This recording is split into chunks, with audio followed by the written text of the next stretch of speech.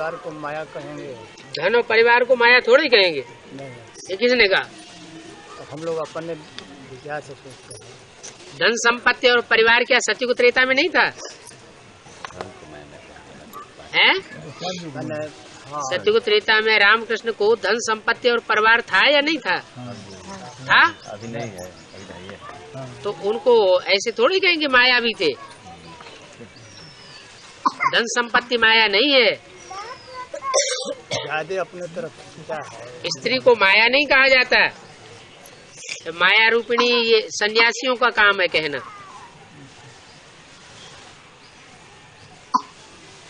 माया है, भूल गए बेसिक नॉलेज में। माया क्या है? विकार है। विकार। 5 विकार माया है। काम, क्रोध, लोभ, मोह, अहंकार के रूप माया है। हाँ, ये हो सकता है ये 5 विकार कोई में तो 100% होंगे, नंबरवार होते हैं। तो जिन आत्माओं में 100% ये काम, क्रोध, लोभ, मोह, अहंकार होते हैं, वो रावण के रूप माया हो जाते हैं।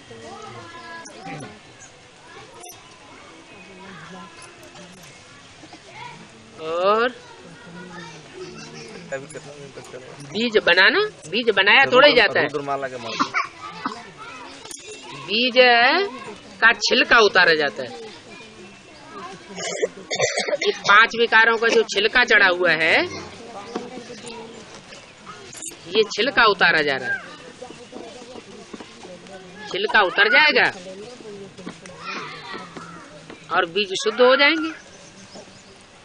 तो जो बहुत दिनों से आधार मूर्त में चल रहे हैं और उनका छिलका नहीं उतर रहा है, तो बाबा बीज आधार मूर्त वाले बीज है ही नहीं। उनमें से भी तो लोग आ रहे हैं, तो बीज बनेंगे ना। हाँ, जो आते हैं वही बीज हैं, जिनकी आत्मा रूपी सुई की पूरी कट उतर जाती है, वही बीज बीज कहे जाते हैं। और आकर के डायरेक्ट बाप से पढ़ाई पढ़ते हैं। अब पत्नी मानते हैं, पति नहीं मानते हैं, तो उसका कमाई नहीं होता है, तो कैसे नहीं मानता है, तो उसका कैसे होगा? जो मानता है उसकी कमाई होती है, जो नहीं मानता है उसकी कमाई नहीं होती है। उसकी चिंता क्या? नहीं मानता है क्या सतयुग में तुम्हारी जोड़ी नहीं बनेगी? है?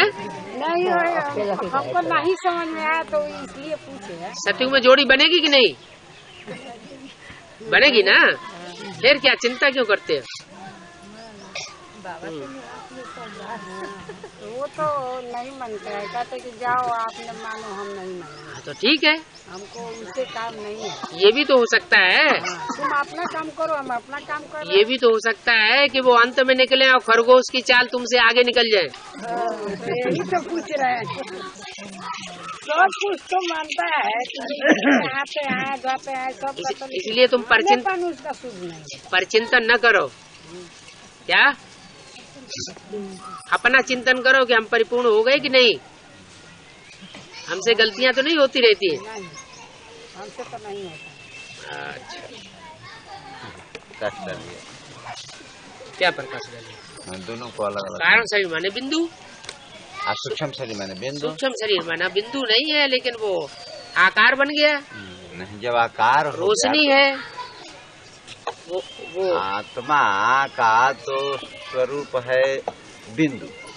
आकार स्वरूप है माना जब स्वप्न में हम इधर उधर घूम रहे हैं, भटक रहे हैं, तो आकार बना रहे हैं। तू तो अवस्था की बात कर रही है। हाँ, वही अवस्था, वही आकारी अवस्था कही जाती है। उसको आकारी शरीर कहा जाता है। मन बुद्धि इधर उधर भटकती है, साक्षात्कार करती है, संकल्पों में रमण करती है, शरीर को भूल जाती है, या कोई भूत प्रेत बन जाता है, वो है आकारी शरीर। जैसे स्वप्न अवस्था, जागृति अवस्था, सुसुप्ति अवस्था। जागृत अवस्था वो साकारी है। हाँ। और स्वप्न अवस्था आकारी स्टेज है। बिंदु रूप अवस्था निसंकल्पी स्टेज है, उसमें संकल्प भी नहीं होता। बीज में टिके रहो। हाँ, हाँ, तो उसको सूक्ष्म स्टेज कहेंगे। बीज रूप स्टेज जो है वो अति सूक्ष्म स्टेज है। मैंने स्वरूप निष्ठ। हाँ जी, जो तो हमारा फिर असली कारण शरीर वही है बीज रूप स्टेज। इन शास्त्रों में उसका परिचय शास्त्रों अलग की बात छोड़ो, शास्त्र वाले कुछ जानते नहीं। शास्त्रों का हिसाब से सुनाते हैं बाप, अलग अलग है। वो तो उनका पता है। हाँ जी, और कुछ धर्म ऐसे होते हैं जिसमें तीन आत्मा का सहयोग होता है। कुछ धर्म ऐसे है जिसमें सनातन धर्म का ही सहयोग होता है। वही सनातन धर्म वाली आत्मा जाकर के उसमें सहयोग दे देते हैं। सनातन धर्म वाली आत्मा जो है वो अपने धर्म में पक्की रहती है, कहीं कन्वर्ट नहीं होती। जो दूसरे धर्मों का सहयोग लेते हैं वो कन्वर्ट होते रहते हैं। जब ऊंचे से ऊंचा एक मिला हुआ है तो दूसरों का सहयोग लेने की क्या दरकार। हमने ये चीज नहीं क्या पूछा? 2018 में बाबा हाँ, राधे कृष्ण का जन्म तो होगा, 2018 के आसपास राधे कृष्ण का जन्म होना चाहिए। फिर उसके बाद नंबरवार और दूसरे कृष्ण जैसे बच्चों का जन्म होगा।